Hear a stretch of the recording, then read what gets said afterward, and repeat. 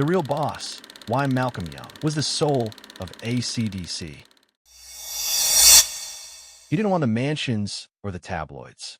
He wanted a riff. However, the shadow began to fall around 2008. The band was preparing for the Black Ice Tour. This was going to be one of the biggest tours in history. But behind the scenes, something was terrifying the inner circle. Malcolm, the man who had the entire AC/DC catalog hardwired into his DNA, was getting lost.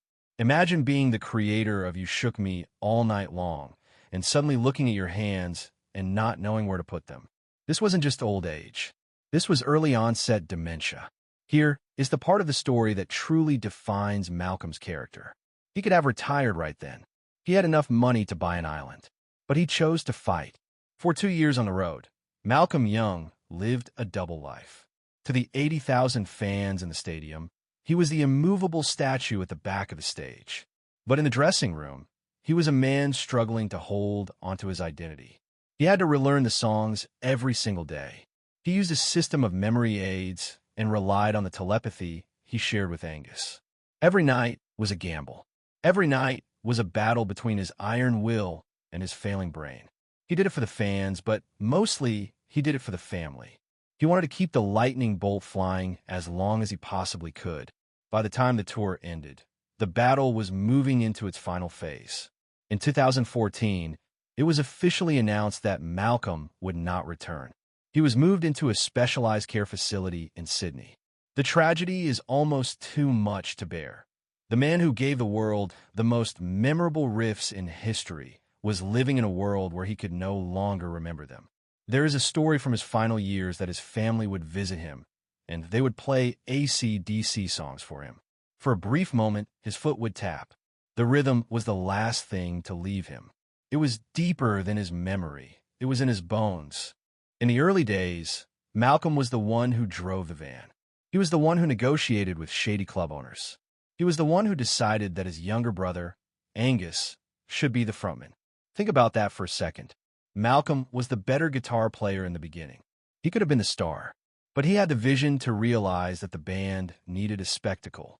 He gave the spotlight to Angus so that he could stay in the back and control the engine. Angus once said that Malcolm didn't just play the guitar, he played the band. If the drummer was a millisecond off the beat, Malcolm would glare at him. If a singer got too arrogant, Malcolm would bring them back to earth. He was the judge, the jury, and the executioner. Let's talk about the sound. Musicians call Malcolm the human metronome. He used heavy-gauge strings, so thick they would make an average guitarist's fingers bleed, and he hit them so hard that he would literally wear through the wood of his guitar. He didn't use pedals. He didn't use effects. It was just a chord, a guitar, and an amplifier turn up until it screamed. This was the Malcolm Young swing. It's the reason why, when you hear Highway to Hell, you can't help but tap your foot. It isn't just rock. It's a physical force. But the most fascinating part of the Malcolm Young archive is the transition after the death of Bon Scott. Many bands would have folded after losing a legendary frontman. But Malcolm didn't believe in quitting. Just days after Bon's funeral, Malcolm called Angus and said, "Do you want to get back to work?" Not because he was cold, but because the music was his only way of processing grief. He led the band to the Bahamas to record Back in Black, an album that became a tribute to a fallen friend and the second best-selling album of all time. For the next 30 years, Malcolm was the rock. He survived the departure of band members, the changing of decades, and the pressures of massive wealth. He lived a private life.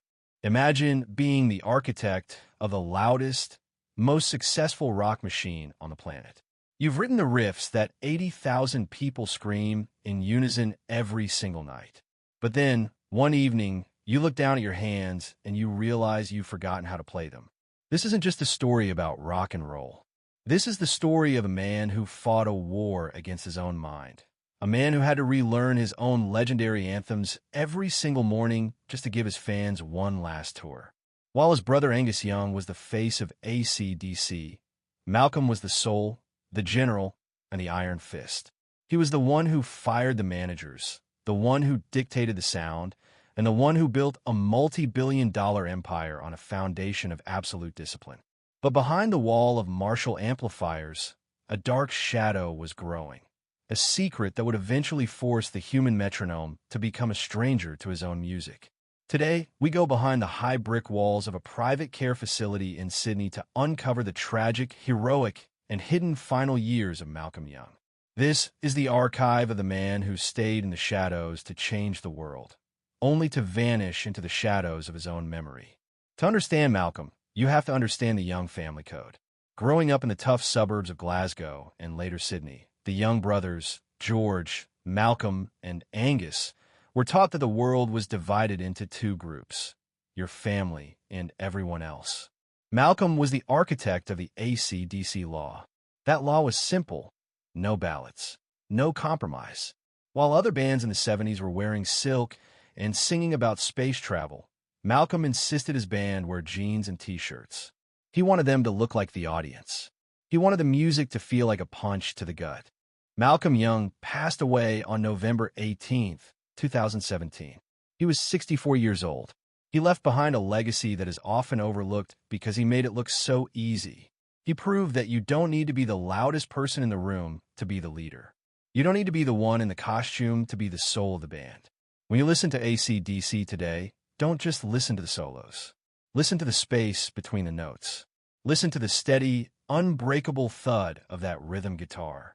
That is the sound of a man who never sold out, never gave up, and never forgot what it meant to be a rock and roller, even when he forgot everything else.